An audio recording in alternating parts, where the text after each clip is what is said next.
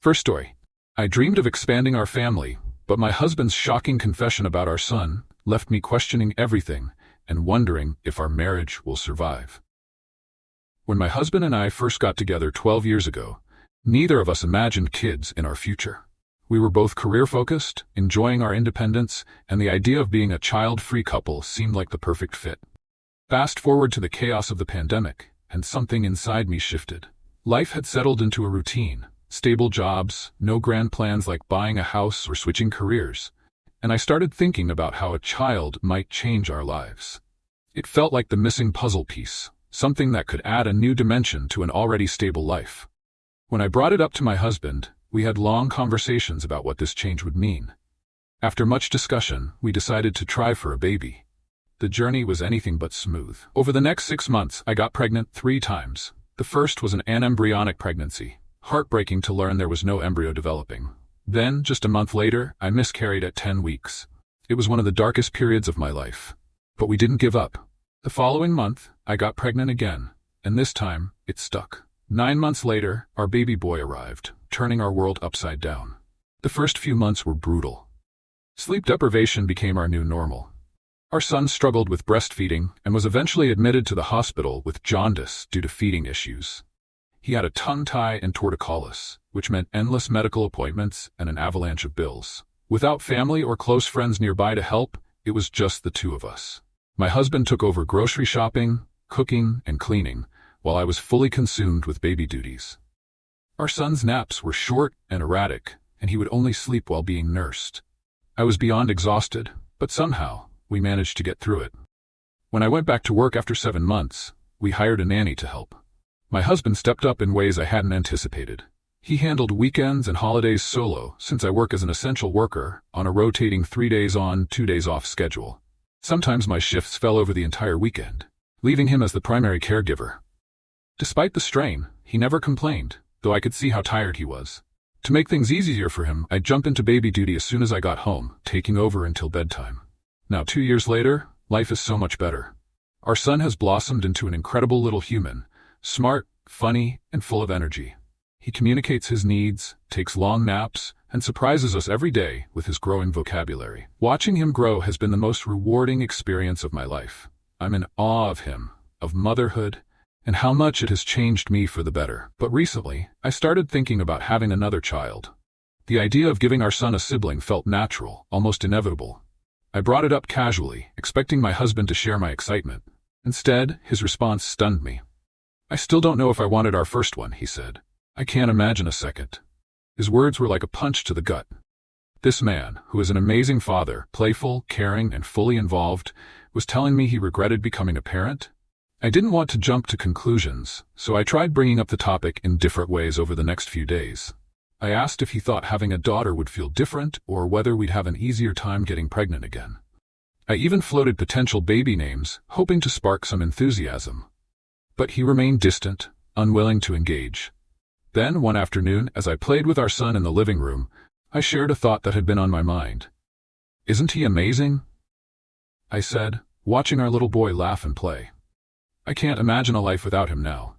It's like we didn't even know what we were missing before he came along." My husband's reply left me speechless. "I miss my old life," he admitted. "I miss waking up naturally, having time to myself, and being able to watch a 3-hour documentary without interruptions. I miss not spending so much money or constantly going grocery shopping. I love our son, but if I could go back, I think I'd choose a different path. My brother's life seems so much smoother, without the stress and exhaustion." I was stunned. His honesty was like a cold splash of water.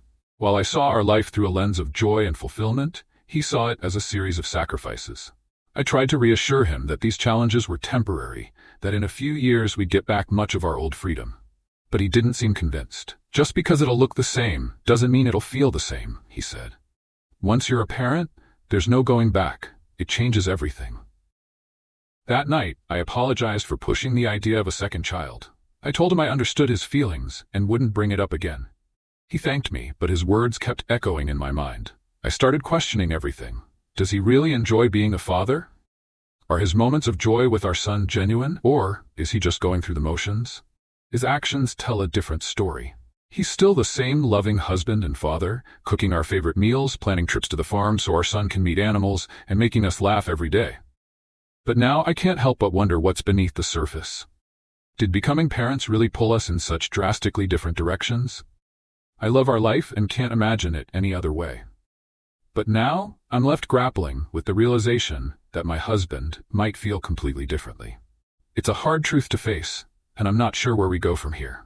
Second story. My boyfriend's mom changed the rules to favor his golden child sister-in-law, and we got stuck sleeping on an air mattress again. Here's how it all unfolded at Thanksgiving. Thanksgiving at Adam's parents' house was supposed to be different this year.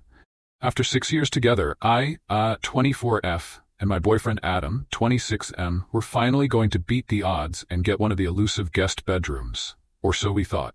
Adam is one of 4 brothers: Ethan, who's single, James, who's married to Lily, and Ryan, who's married to Chloe and has a nearly 2-year-old. Every year, the family gathers at Adam's parents' house for Thanksgiving, and every year there's one major issue: the sleeping arrangements. Adam's parents, Karen and Mike, only have 2 guest bedrooms. When 3 couples stay over, someone inevitably ends up on an air mattress in the hallway. The first year I joined the family festivities, Karen assured me that the air mattress situation rotated between the couples to keep things fair. Sounded reasonable. But for the past 3 years, despite this promise, Adam and I were always the ones stuck with the air mattress. Then last year, Karen announced a new rule: first come, first serve. That sealed our fate, as Adam's demanding job meant we were always the last to arrive. It was annoying, but at least it was a system. This year, though, we had hope. Adam and I managed to take Monday through Thursday off, giving us a head start on the 9-hour drive to Karen and Mike's house. Finally, we'd be first. I even double-checked with Karen beforehand. First come, first serve, right? I asked. She laughed and said, "That's how it works." Chloe, who I've grown close to over the years, was excited too. She and Ryan decided to come early as well, and we planned to hang out before everyone else arrived. We had it all figured out. I'd take the twin room, and Chloe and Ryan would take the queen. But that excitement didn't last long. The morning of our trip, I texted Karen to confirm our ETA. A few hours into the drive, I got a message from Chloe that made my blood boil. Apparently, Ryan had called Karen to double-check their room assignment, only to find out that James and Lily were getting the queen room, while Ryan and Chloe were assigned the twin room. That left Adam and me with the air mattress. Ryan wasn't having it. He reminded Karen of the first come, first serve rule we all agreed on. But Karen backtracked, claiming she'd never said that, and insisting her decision was final because James and Lily were staying an extra day. What? James and Lily weren't even arriving until the day after us. When Adam and I arrived, we decided to confront the situation head-on. Adam, ever the calm one, brought up the rule. Karen immediately got defensive, saying, "I don't remember ever agreeing to that." She insisted that since James and Lily would be staying longer, they deserved the queen room. That's when I spoke up. I kept my voice steady, but I couldn't hide my frustration. "So, the rules only apply when they suit Lily? Every single year, we end up with the air mattress, and the one time we finally plan to get here first, the rules magically change?" I pointed out how much effort we put into arriving early, boarding our dogs, taking extra days off work, and driving 9 hours, only for Karen to pull this switch on us. Karen rolled her eyes and dismissed my complaints, muttering about how I was making a big deal out of nothing. Chloe, who was equally annoyed, tried to back us up, but Karen wasn't budging. That night, we were back on the dreaded air mattress. Its lumpy surface a cruel reminder of how unfair the situation was. Adam tried to comfort me, but even he admitted it was frustrating how Karen always seemed to cater to Lily. Over the years, I've noticed a pattern. Lily always gets special treatment. Whether it's extra attention at family dinners, more thoughtful holiday gifts, or priority over sleeping arrangements, Karen seems to bend over backward for her. So now I'm left wondering, was I wrong for speaking up? Was it too much to expect Karen to stick to her own rules? Or was I overreacting to yet another year of being stuck with the short end of the stick? Third story. My best friend's boyfriend gives me creepy vibes after acting inappropriately toward my little sister at family gatherings. How do I warn her without losing our friendship? Sophia and I have been best friends for as long as I can remember. She's always been the type of person who brings joy to any room, and when she started dating Eric about 8 months ago, I was genuinely happy for her. She seemed head over heels, and that new love glow was undeniable. The first time I met Eric was at my wedding earlier this year. While he wasn't on the guest list, I invited him to the reception so Sophia could enjoy the evening with her boyfriend without feeling torn. At first glance, Eric seemed fine. He didn't socialize much, which I assumed was because he was new to the group. What stood out, though, was how he interacted with my little sister Emma, who was 6 at the time.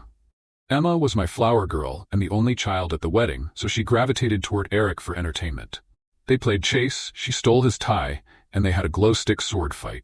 At the time, it seemed harmless, and everyone, including me, thought it was sweet. But now, looking back, I can't help but feel uneasy. Fast forward to this past weekend. I hosted a Friendsgiving at my mom's house. My mom, stepdad, Emma, and my brother Ethan, who is on the autism spectrum, were out delivering meals for Meals on Wheels most of the day. A couple of hours before dinner, Sophia and Eric arrived, along with Christian, one of my close friends who had been the best man at my wedding. While we were all in the kitchen chatting, the conversation turned to inappropriate words or slurs that used to be more commonly used, but are now widely recognized as offensive. Eric brought up a story about a coworker who used a homophobic slur, which he claimed to have corrected. Then I mentioned the R word, explaining how deeply offensive it is, especially since I have a brother with special needs. Most of my friends are aware of how strongly I feel about this topic and would normally agree. But not Eric. He defended the use of the word, even saying it multiple times to make his point. Sophia, who is usually very outspoken, stayed silent.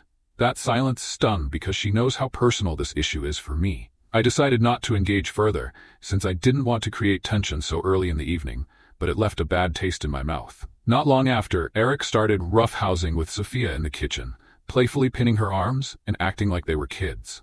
It felt immature, but I brushed it off, thinking it was just his personality.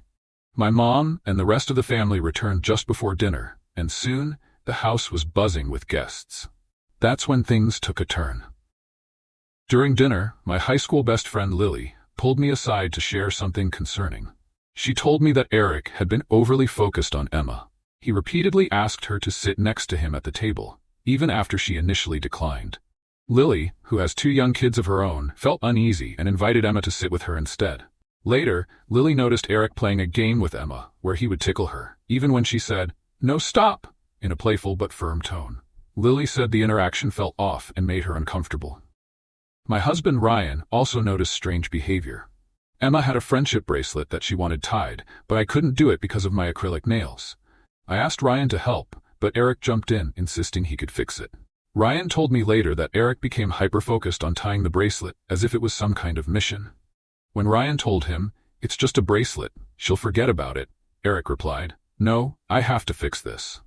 My mom also found this odd and mentioned that it made her feel uneasy. Even my mom, who is one of the most welcoming people I know, was put off. She said Eric's behavior reminded her of how he acted at my wedding with Emma. What had seemed cute back then now felt troubling in light of his behavior at Friendsgiving. Later in the evening, we all moved to the basement den to hang out while some of the guys played poker upstairs. Eric stayed glued to Sophia's side, which wasn't unusual, but his behavior became increasingly odd. When my sister came downstairs with her older cousin, Chloe, Eric suddenly became much more animated, directing most of his attention to Emma. Lily shared more concerns with me after the night ended. She told me that Eric had started roughhousing with Sophia again in front of the group, pinning her between his legs. She said the entire room went silent because of how uncomfortable the moment was, especially since Sophia told him to stop and he didn't. By the end of the night, everyone, my mom, stepdad, husband, Lily, and Christian, had separately voiced their discomfort about Eric's interactions with Emma. My mom went so far as to say that Eric is no longer welcome in her home, which is significant because she's known for her open-door policy. Now I'm left with a difficult decision. Sophia is tiny, barely 5'2", maybe 90 pounds, with braces and bright-colored hair. I can't ignore the unsettling possibility that Eric's interest in her might stem from something troubling, and his behavior around Emma has sent my protective instincts into overdrive. How do I tell my best friend that I don't think her boyfriend is safe around children without risking our friendship?